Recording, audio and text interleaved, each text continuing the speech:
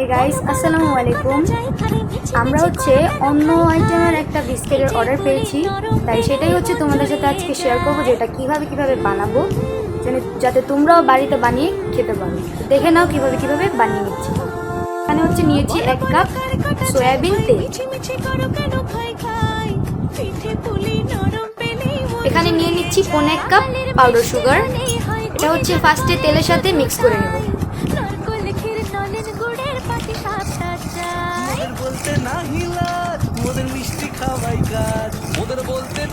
চিনিটা দেখো মিক্স করা হয়ে গেছে।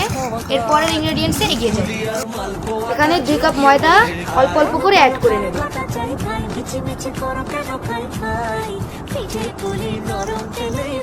আমরা ময়দাটাকে 2 বারে মিক্স করে নেব। একবারে মিক্স করতে গেলে একটু হার্ড হয়ে যাবে, তার জন্য 2 বারে মিক্স করে নেব।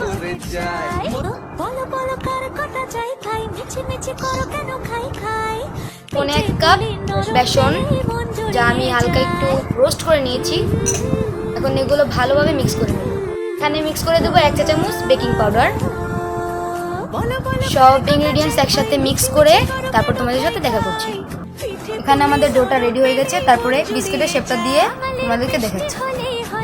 এখানে আমরা মেজারমেন্ট কাপ থেকে 1 টেবিল চামচ নিয়েছি। ওটার মাপ করে নিলে সব বিস্কিটগুলো সেম সাইজের হবে, তার জন্য এটা দিয়ে আমরা মেপে নিচ্ছি। এখন দেখো কিভাবে আমরা বিস্কিটের শেপটা দিই।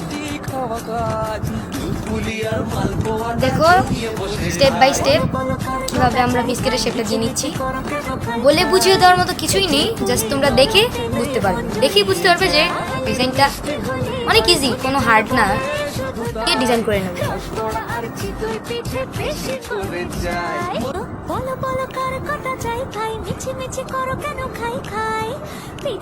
দেখো ডিজাইনটা মাশাআল্লাহ অনেক সুন্দর হয়েছে। এখন সবগুলো রেডি করে তারপর তোমাদের সাথে দেখা করছি। দেখো এখানে সবগুলো হয়ে গিয়েছে। এখানে মোট 23টা হয়েছে। তারপর এগুলো এখন ওভেনে বেক করতে দেবো। এটাকে এখন বেক করতে দেবো।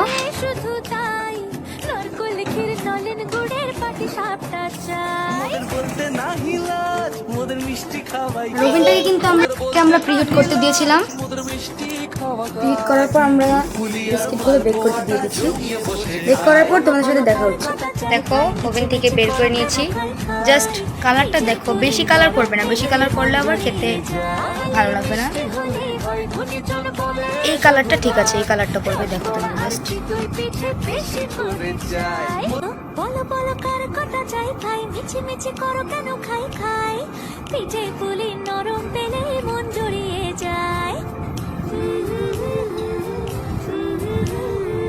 তো আজকে এই পর্যন্তই।